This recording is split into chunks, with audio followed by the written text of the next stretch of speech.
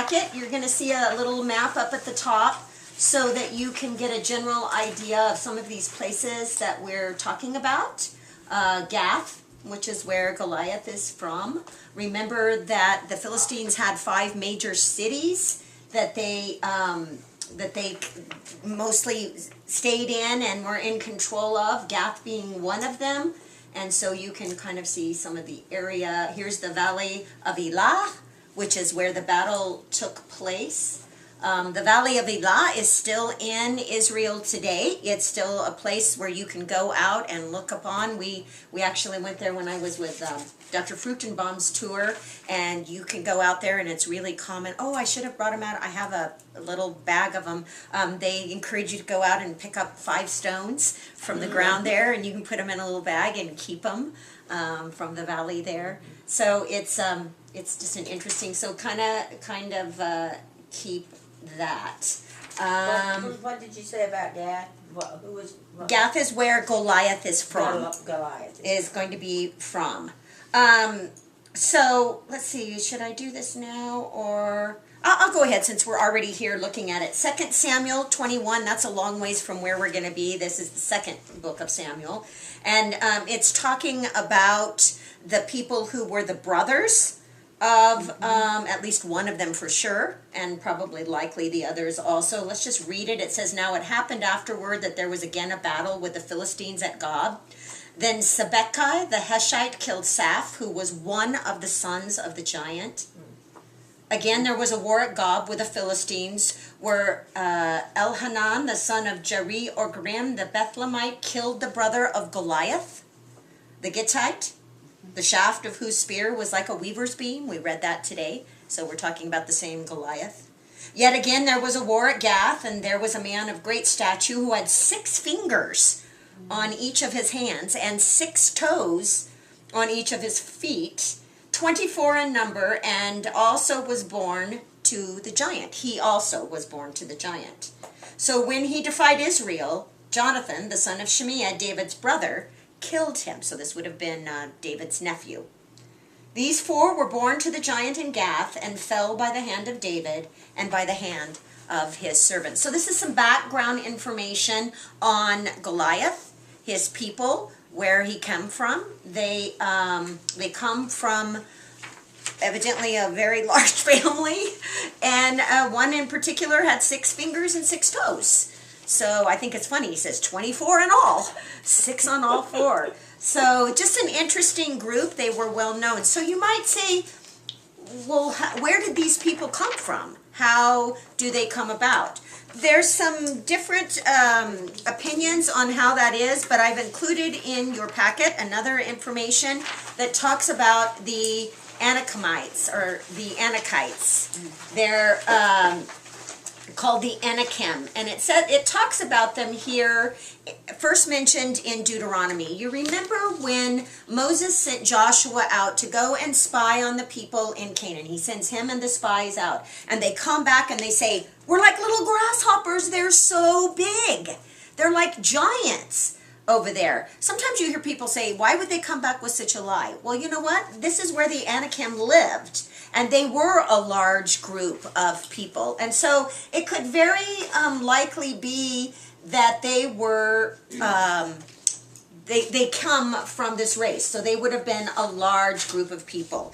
So during the conquest of Canaan, Joshua expelled the Anakim from the hill country, and Caleb finally drove them out of Hebron completely. However, a small remnant found a refuge in the cities of Gaza, Gath, that's where the city that we're talking about today, and Ashdod. Many biblical scholars speculate that Anakim's descendants were the Philistine giants that David encountered, including Goliath of Gath. And so there's some good information that probably leads us to believe that they come from that background. All right, so let's just look at starting with verse 1.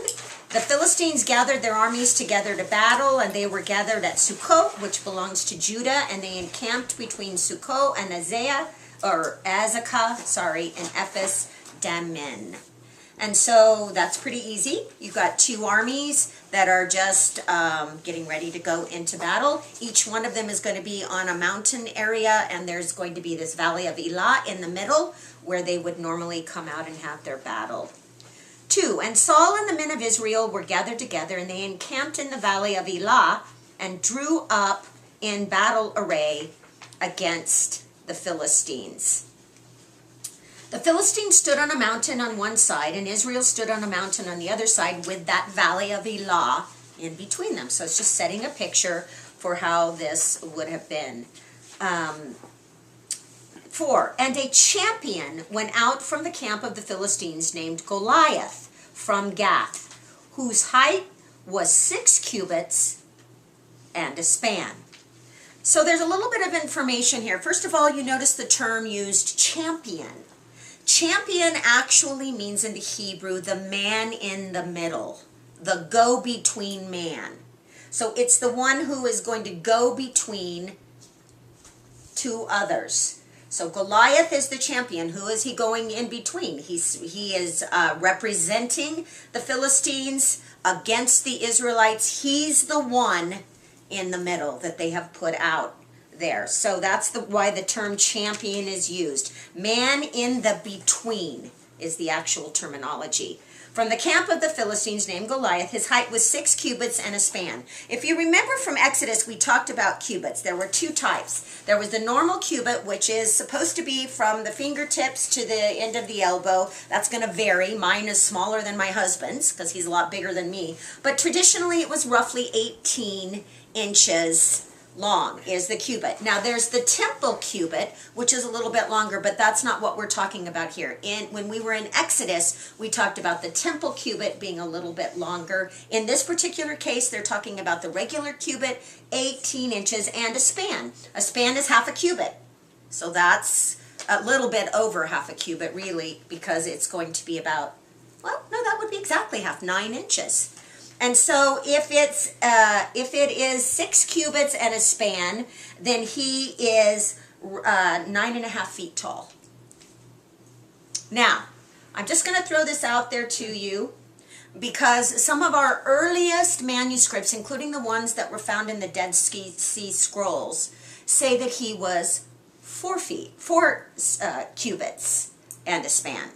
That's the earliest ones that we have found, which would make him a great deal smaller. He would have been more about 6.5 feet tall, which, keep in mind, would have been large for this time. The average man is about 5.5 feet tall at this point. That doesn't make him a giant necessarily. It makes him a really tall man. I'm only throwing that out there to you because with the discovery of the Dead Sea Scrolls in 1940 something, people began to rethink a little bit of this. It doesn't really matter. Goliath was a big guy. He was a very big guy because of the armor that he is going to tote around on his back, which we're going to talk about. So if we were to take this information and 6 cubits in a span, then he's about 9.5 feet tall there. He had a bronze helmet on his head. Remember, what did we talk about with the Philistines? They are the only ones who know how to work with iron. And so they certainly used it to their benefit. A brass or bronze helmet on his head. And they say that the helmets had a piece that would normally come down into the face as have like a visor thing, which makes this all the more amazing. How his was made, we really don't know. Whether there was just a section that was open and there were pieces of it, we don't really know. But he had a definite brass armor helmet on his head. He was armed with a coat of mail. We know what that is. A coat of mail is that layered crocodile-looking type of mesh stuff that you wear. He would have had that on. And the weight of the coat was 5,000 shekels of bronze. They estimate that to be roughly 150 pounds. So think about wearing a coat of armor that is about 150 pounds. That's a lot to tote around. So it's that iron-looking meshy stuff. Yes, okay. Yes, that's what mail is. Yeah.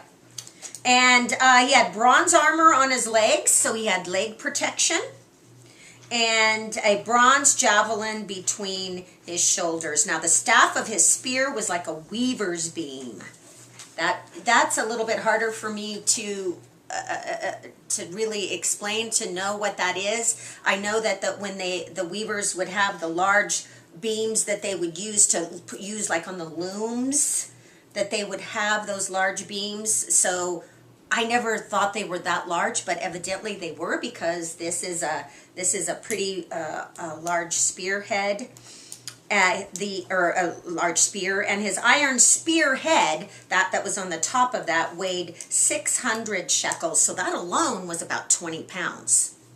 So how much does the shekel weigh?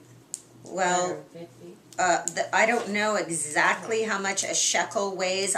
All I did was translate. I know that 600 shekels was 20 pounds. Oh, okay. 600 shekels is 20 pounds, and 5,000 shekels is 150 pounds, approximately.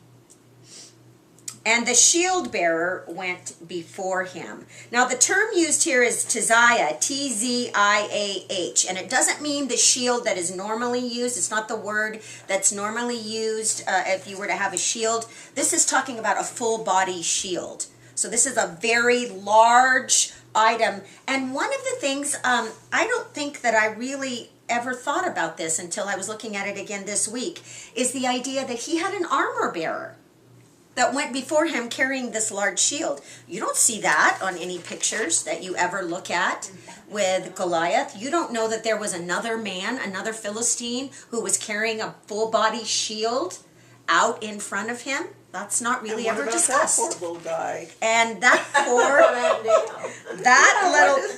little feller had a hard job. He had to carry around a 20-pound shield protecting Goliath. And he stood and he cried out to the armies of Israel, and he said to them, "Why have you come out to line up for battle?" Don't you just imagine he had this deep, resounding voice? Remember, they're on separate mountains with a valley in between them. Acoustically, I guess that's a good place, but still, your voice is going to have to be really booming at some point, unless you're close enough to talk. "Am I not a Philistine, and you the servants of Saul?" I don't think he meant that in a nice way. "Choose a man for yourselves and let him come down to me." So what is he doing? Challenging, taunting, isn't he? "If he's able to fight with me and kill me, then we will be your servants." You can just imagine him going, ha ha ha, as he says that. "But if I prevail against him and kill him, then you shall be our servants, and you shall serve us." So he's definitely taunting the army of Israel as they wait. He's definitely throwing down the gauntlet or the challenge. And the Philistine said, "I defy the armies of Israel this day. Give me a man that we may fight together." Come on, bring it on, bring it out. That's going to set the stage as David comes. "When Saul and all of Israel heard the words of the Philistine, they were dismayed and they were greatly afraid." So he sets, in this particular verse, he sets Saul aside. He says, Saul, when Saul heard this, and when the army heard this, they were dismayed and they were afraid. Now, would that be a human feeling to have?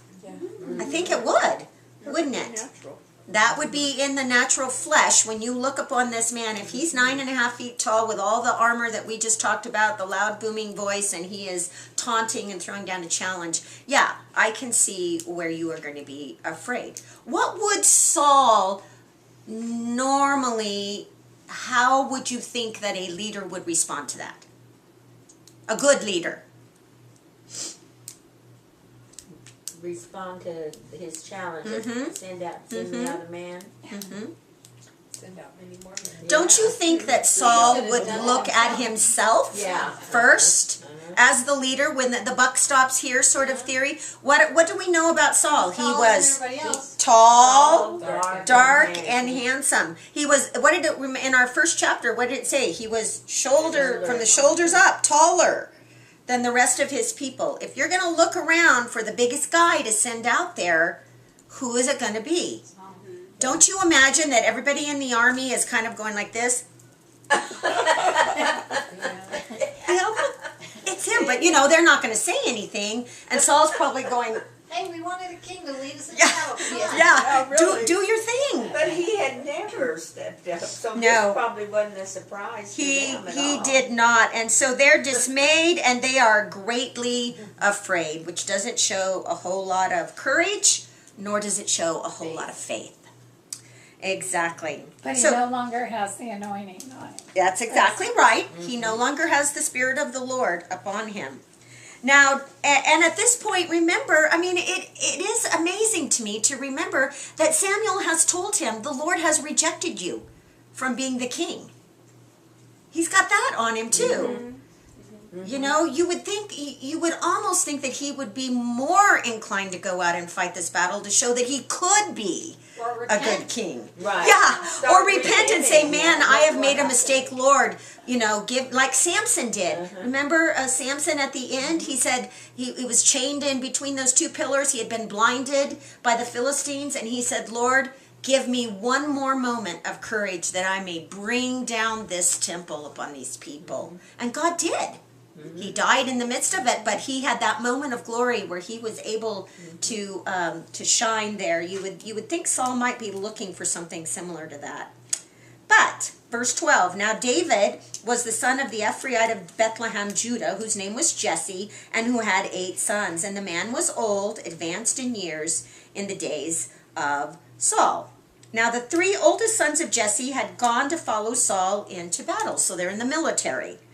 The names of the 3 sons who went into the battle were Eliab, the firstborn, next to him Abinadab, and the third Shammah. Isn't it funny, because we just read in the previous chapter, those are the 3 that are mentioned previously also. You'll find that oftentimes in writings is that when there's a long list of genealogy in Hebrew writing, there may be 8 sons, and only a few are mentioned. It's because those few are the only ones that we have any record of, that did anything that were important enough to be mentioned.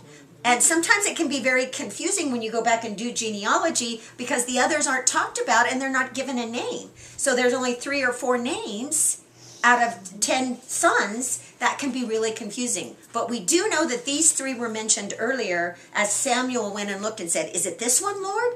And they said no. And so now here they are mentioned again, being in the military with Saul. David was the youngest, and the 3 oldest followed Saul. But David occasionally went and returned from Saul to feed his father's sheep in Bethlehem. So remember, he is soothing Saul with his musical instrument. And so where is Saul? Saul's in battle. So David certainly doesn't need to be at the castle, at the palace when Saul is in battle. And so it says that he came and went. He didn't stay there all of the time. And so he would go back to Bethlehem. And when he goes to Bethlehem, what was his job in his family? He was the sheep herder, wasn't he? And so he would go back and do that. And the Philistine drew near and presented himself, look at this, 40 days, morning and evening. So for 40 days, Goliath has been out there taunting Israel every morning and every evening. I find that amazing because, the Jewish people, when the temple comes, they had a time every morning and a time every evening where they met with the Lord in the Lord. And here we see a time when Goliath comes out in the morning and in the evening, and he's defying the armies of the Lord. And twice a day, they sit there and they take it. It's also interesting that 40 is often used in the Bible as a time of testing. We see that. 40 is a number of testing in the Bible, and we do see that. And Jesse said to his son David, take now your brothers an ephah of dried grain and these 10 loaves, and run to your brothers at the camp, and carry these 10 cheeses to the captain of their 1,000, and see how your brothers fare, and bring back news of them. So, typical father, right? He says, okay, it must have been very traditional during those times that when it was close enough that you would take supplies out to the armies. And so he's taking out special treats of loaves and cheeses, some to be given to the captains who were in charge of his sons, and the bread to be the supplies to be given to the army, and see how your brothers fare and bring back news. He wants to know how his sons are doing. It's pretty incredible too that David has the freedom, this is just how it was, to run out to battle, to go out. I mean, we think about how military wars are done now. We're certainly not going to run over to Afghanistan or Iraq or wherever our battles are and check things out. It seems unlikely, but at this point you can just run up to the battle and see how everybody's doing. Now Saul and they and all the men of Israel were in the valley of Elah, fighting with the Philistines. So David rose early in the morning. Now, underline this, please, because you're going to need it later. Left the sheep with a keeper, and took the things and went as Jesse had commanded him. And he came to the camp as the army was going out to fight and shouting for the battle. For Israel and the Philistines had drawn up in battle array, army against army. But actually, they really hadn't gone army against army yet. For 40 days, they're just sitting there listening to Goliath taunt them and say that he defies the armies of Israel. So they haven't really done anything at this point. They're all just standing around looking at it. And David left his supplies in the hand of the supply keeper. So whoever it was that kept all the supplies for the army, ran to the army and came and greeted his brothers. So he goes up to the front lines where his brothers are kept, and he runs up and he goes, hey, hi, how's it going? Then as he talked with them, there was the champion, the Philistine of Gath, Goliath by name, coming up from the armies of the Philistines. And he spoke according to the same words. So he's saying the same things that we've just read. But this time it's different because David heard him. That had not happened before. And all the men of Israel, when they saw the man, fled from him, and they were dreadfully afraid. This does not look well for the IDF. This just doesn't look good for Israel at the moment. And the men of Israel said, have you seen this man who has come up? Surely he has come up to defy Israel, and it shall be that the man who kills him, the king will enrich with great riches, and will give him his daughter, and give his father's house exemption from taxes in Israel. So it appears that this is something that Saul has promised. The word has gotten out there in the army that if you go up and fight Goliath, I'll give you my daughter, which will make you what? A prince in the nation, right? I'll give you my daughter. I'll give you great riches. And from taxes is added in there. It's in italics. You can see that. When it says, I will and give his father's house exemption, I went back and did a little research into that, and taxes is certainly one of the things you would be exempted from. The other would be from any military service. So you would not be forced to give your sons to any sort of military service. So it's really a pretty great reward that you would have, especially if you have 8 sons, right? To not have to have them go up there. Then David spoke to the men who stood by him and said, what shall be done for the man who kills this Philistine and takes away the reproach from Israel? Okay, so he's asking what's going to be done? For who is this uncircumcised Philistine that he should defy the armies of the living God? Now there you go. That's the right answer. That's what you want to hear. Who is this? What would be in a Jewish mindset kind of the nastiest thing you could call them? The uncircumcised. They are not part of the covenant. They are not in the community. They are not holy. They are not God's people. You know, this is the uncircumcised Philistine. And what is he most angry about? that he would do what? Defy The armies of the living God. So Israel is the army of the living God. It's not the men necessarily. God. It's the God who they represent. And they've forgotten that. They had forgotten that they are the army of the living God. At this point, these are soldiers of Saul. That doesn't give you a lot of comfort. That doesn't give you a lot of strength. When you are tied to a man who doesn't represent any of the characteristics, who doesn't have the anointing, who's not showing up, and you're tied to that, it doesn't give you a lot of courage. But when you are the army of the living God, when you belong to God, that's where your courage comes from. That's what happens. And the people answered him in this manner, saying, so it shall be done for the man who kills him. So they're just reiterating, yep, that's exactly what's going to happen, all the things we just talked about. So Eliab, the oldest brother, heard when he spoke to the men, and Eliab's anger was aroused against David. Okay, this is the oldest brother and the baby brother. And he said, why did you come down here? And with whom have you left those few sheep in the wilderness? I know your pride and the insolence of your heart, for you have come down to see the battle.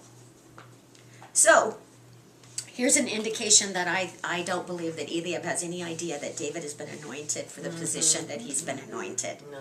Sounds like he's jealous of He's him, too. very upset. That he left the So let's stop and talk about that. First of all, he says, what did you do with those few little sheep that Dad put you in charge of? All you got to do is take care of those few little sheep. What does it say earlier? I ask you to underline an important thing in verse 20. What did David do? He arose early in the morning and he left the sheep with a keeper. David's responsible.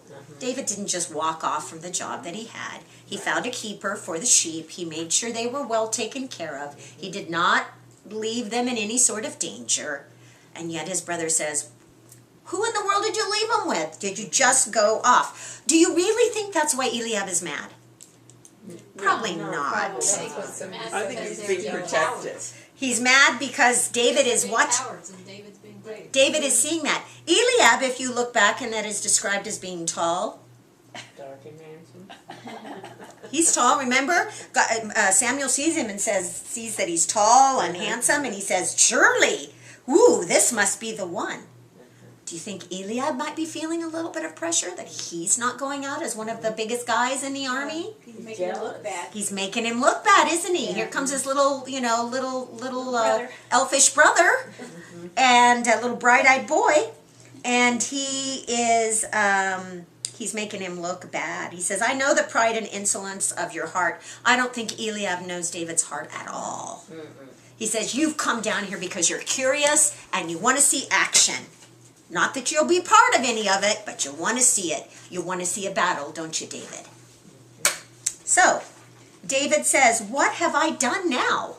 That kind of seems like a typical little brother response. Yeah. Like, what have I done now? Is there not a cause? So I was thinking about that, and I think probably what he's saying is, do I not have good reason to ask this?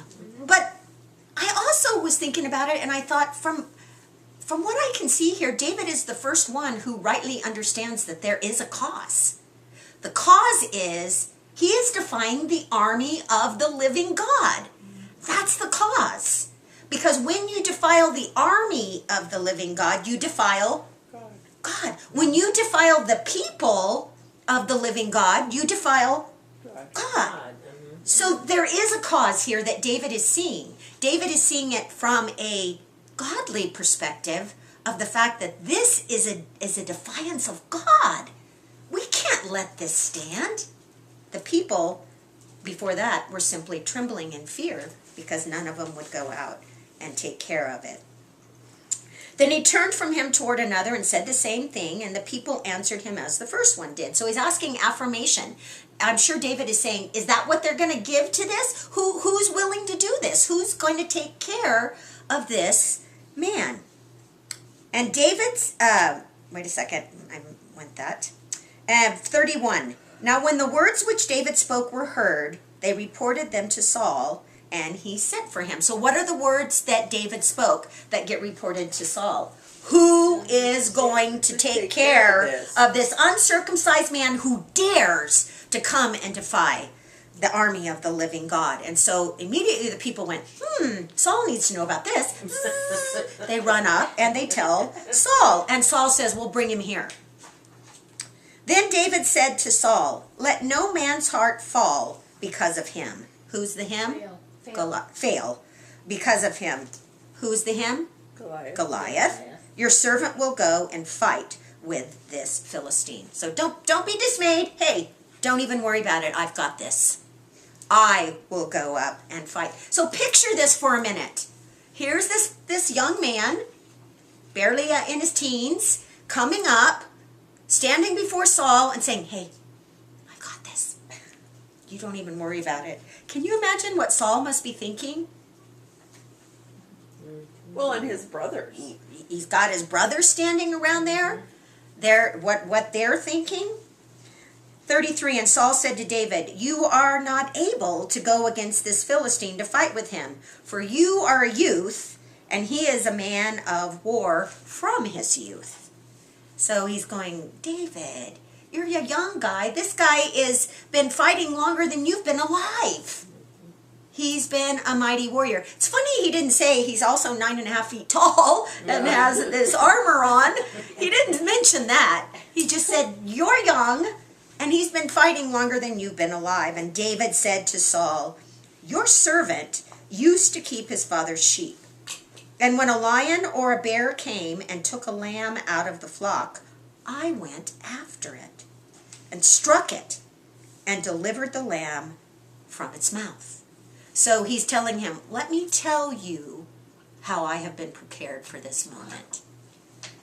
God, you know, I was thinking about it and I thought, when he goes through this experience, when David actually did this, he would have had no idea at that time that God was preparing him for this moment and for the future ministry that he would have had. But God knew. And so it's that perfect example of everything that we go through in preparation is for a moment to come. We just don't know when that moment is. Sometimes it's really hard stuff and we don't even recognize that we're being prepared for a future moment. But this is a beautiful example of that. He's a shepherd. It's very natural that when predators come, that they fight against them. But I wonder how many shepherd boys fought a lion. How many shepherd boys fought a bear? And literally took the lamb out of the mouth of those animals. Somehow David, from the very beginning, was being prepared in a way that seems to be almost supernatural for a moment like this. And when so I went out and struck it and delivered the lamb from its mouth. And when it arose against me, I caught it by its beard. That would be the lamb, and struck it and killed it. Or the lion. Yeah. The lion, not the lamb. And struck it and killed it. So he's even giving more details about how amazing this was. Your servant has killed both lion and bear, and this uncircumcised Philistine will be like one of them. Why? Seeing that he has defiled the armies of the living God. Defied, sorry. I'm really messing up. I think I'm jumping ahead. Seeing that he has defied the armies of the living God. So this is past what I've done, bringing it into, and now here's the present and the future of what's going to be accomplished. Moreover, David said, the Lord who delivered me from the paw of the lion and from the paw of the bear, he will deliver me from the hand of this Philistine. So 9 foot tall with a huge military spear, javelin, all the things and all of that. When you stop and think about it, David, even younger than he is now, maybe 13 years old, fighting against a bear, is it really all that much different? A young boy going up against a lion or a bear? It takes that same courage and that same faith that God will deliver.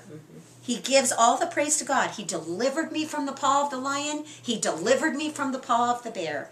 And this same one will deliver me from this Philistine. This whole thing just is unbelievable that a child would have that kind of faith. Absolutely. But remember, we just read in the previous chapter that from that day forward of his anointing, the Spirit of the Lord fell on David.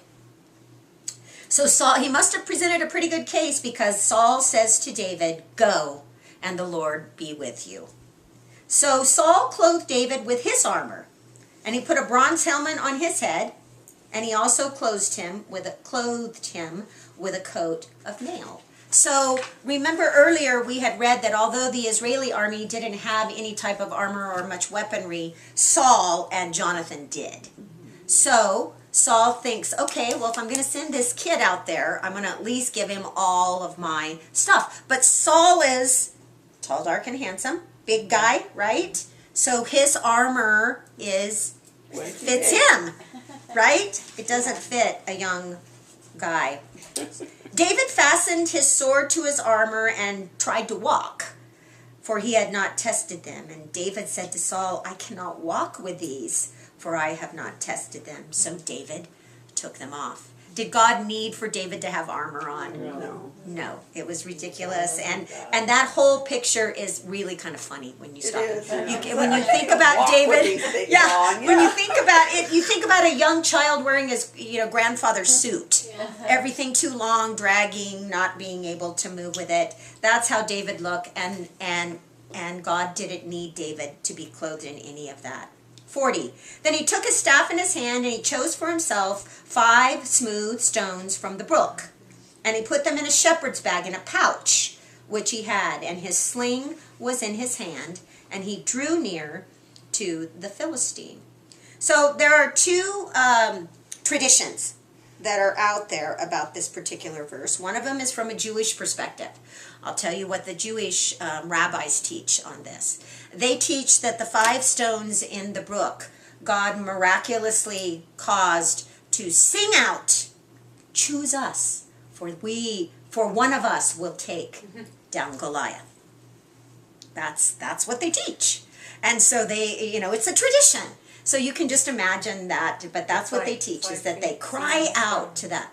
The one that we teach in Christianity is the reason why he selected 5 stones is because we just read earlier when we started out, Goliath has brothers. How many brothers? 4. So the teaching in our tradition in Christianity is 5 stones for Goliath and his 4 brothers. That's every bit as much a tradition as the 5 stones in the brook, because 1, we have no indication that the brothers are there. We don't know. They may be, but we don't know. We have no indication that David knows anything about them. Maybe, but we have no indication of that. We have no belief that David thinks he's going to fight 5 giants. It's as much a tradition to teach as it is the 5 stones singing out from the brook. The problem is we can look at that and it's very interesting. I find it interesting that they teach that they sing from the brook. But you can't teach that. I'm sure Not biblical. the reason I think it's interesting to put 5 brothers and 5 stones together is it helps you remember that Goliath had 4 brothers. That's the only reason I like to remember it. It helps me remember that. But we have no reason to believe that he did that. He picked 5 stones. Why? We really don't know why. Perhaps he thought when he slew Goliath that there were going to be people coming down after him. Who knows? Who knows why David would do that? But it certainly isn't as some people teach, because Goliath had 4 other brothers that he chose 5 stones. So he draws near to the Philistine. 41. So the Philistine came and began drawing near to David. So they're pulling closer and closer. And the man who bore the shield went before him. Here's that armor bearer that carries that 20-pound shield walking before Goliath. So with all that Goliath has on, boy, he has a full-body shield in front of him. He's pretty well protected, isn't he? And David is standing there in some sort of little day outfit, shepherd outfit that he has on, much smaller, of course, and without all of that. 42, and when the Philistine looked about and saw David, he disdained him, for he was only a youth, ruddy and good looking. Well, that needs no explanation. Of course, he's going to say, are you kidding me? That's the best that you can do. So the Philistine said to David, am I a dog that you come to me with sticks? And the Philistine cursed David by his gods. I was reading this week where it was talking about this is really probably much worse than it sounds. We take it to mean, am I a dog and you little with your little sticks? But the term that's used here for dog is a term that's used several other places that talks about homosexuality behavior, male promiscuity, homosexuality behavior, and so it's a terminology that would be an emasculation of Goliath. That terminology of saying, you think I'm that, and so you send me this little guy? Somehow thinking that he's emasculated, which would also be an explanation about why he would curse David with his gods, because he's taking it as a direct insult that someone like that would come against someone like him. So he's not just talking about the little four-legged arf arf kind of dog. Like you're calling me a sissy. Yeah, exactly, exactly. And the Philistine said to David, come to me and I will give your flesh to the birds of the air and the beasts of the field. And David said to the Philistine, you come to me with a sword and with a spear and with a javelin. So he's fully armed, but I come to you in the name of the Lord of hosts, the God of the armies of Israel, whom you have defiled. This day the Lord defied.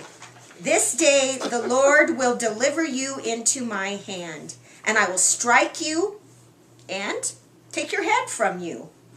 And this day I will give the carcasses of the camp of the Philistines to the birds of the air and the wild beasts of the earth. Why? So that all of the earth may know that there is a God in Israel. So David is doing this for the right purposes. This is the cause that was talked about earlier. This is what is motivating him. His faith and the knowledge is that the Lord is going to deliver you. He goes a step further and says, I'm going to cut your head off too, by the way. And he says, I will give the carcasses of the camp of the Philistines. So when I do that, then we're going to come and take the whole army. So he's making quite the threat. Why? Because when that's done, they're going to know that there is a God in Israel. Then all of this assembly shall know that the Lord does not save with sword and spear, for the battle is the Lord's, and he will give you into our hands. God does not need weapons. God does not need his warrior to be clothed in battle. I think when he says, for all of the assembly shall know, at that point he's talking about all of the Israeli soldiers also. They all need to know that it doesn't matter what kind of weaponry you have. God doesn't need the weaponry. They needed to be reminded of it just as much as the Philistines needed to be told. So it was when the Philistine arose and came and drew near to meet David, that David hurried and ran toward the army to meet the Philistines. No fear there.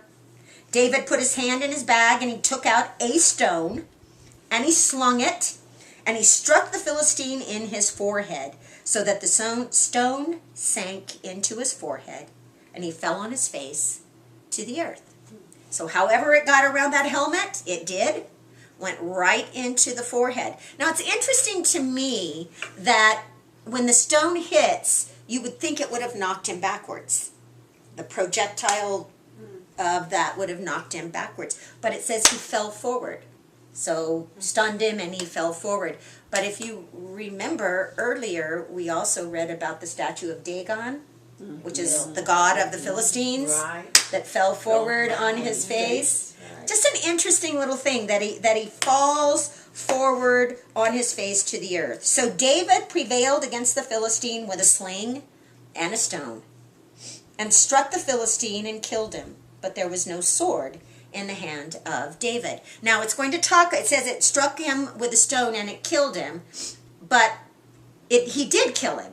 He's going to kill him with a secondary thing that he does there. There was no sword in the hand of David. Now, therefore, David ran and stood over the Philistine, took his sword, so the Philistine sword, and drew it out of its sheath, and there he kills him.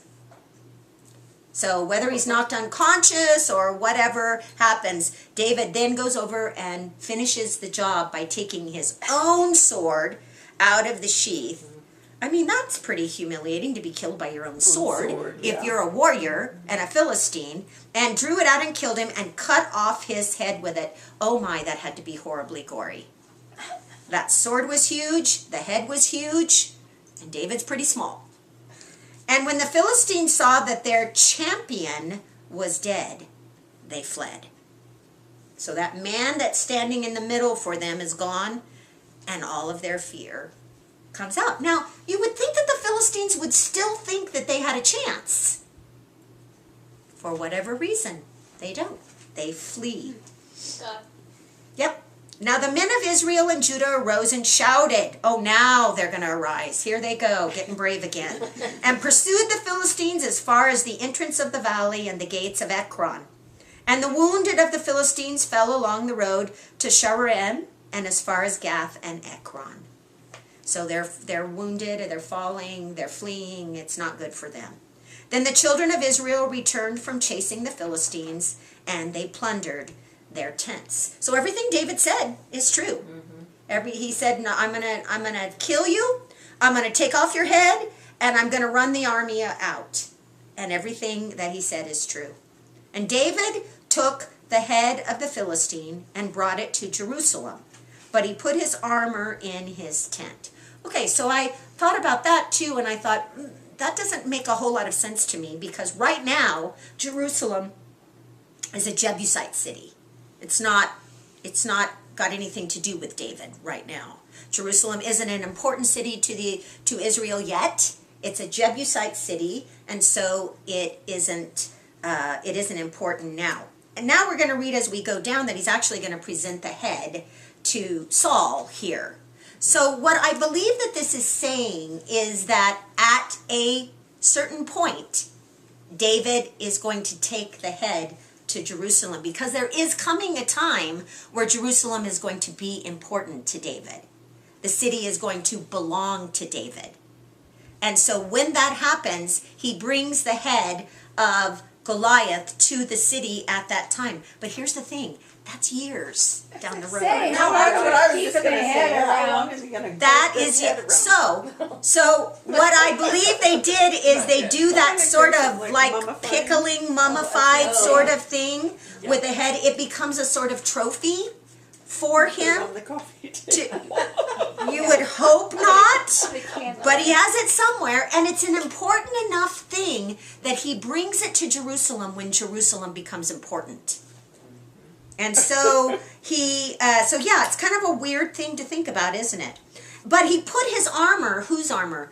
Goliath's armor, that big 150-pound armor suit, which probably weighed far more than David did, into his tent. When Saul saw David going out against the Philistine, he said to Abner, the commander of the army, Abner, whose son is this youth?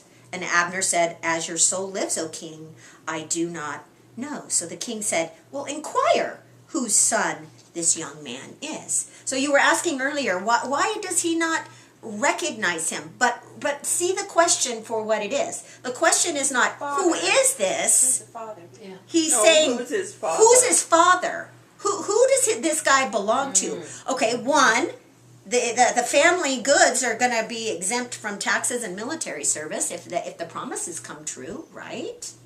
Also, I mean, it's important to know the genealogy. It's important to know who belongs to who in this nation. And so he wants to know, whose son is this?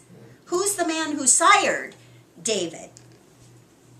Then as David returned from the slaughter of the Philistine, Abner took him and brought him before Saul with the head of the Philistine in his hand. So he comes to David wagging that big, bloody head of Goliath. And Saul said to him, this would not be my first question, but said to him, "Whose son are you, young man?" So once again, he's asking, who's your father? Who do you belong to? What family are you from? And David answered, "I am the son of your servant Jesse, the Bethlehemite." So we know that the sword of David is eventually going to be, the sword of David, but it's Goliath. Goliath's sword, that big one that he cuts his head off with, is eventually going to be placed in the tabernacle in Nob. When we get to that story, he's going to use it again at another time. We're going to see David use that sword in a really amazing, funny, particular way. He's going to use that sword. So he keeps the armor. He keeps the sword, it's going to be used eventually, and he keeps The head. the head Did you say of tabernacle? Goliath. It's going to be in the tabernacle in Nob eventually. That's not told here, but I'm just telling you that that's where it is. And then he keeps the armor in his tent. All right, so that's the story of David and Goliath.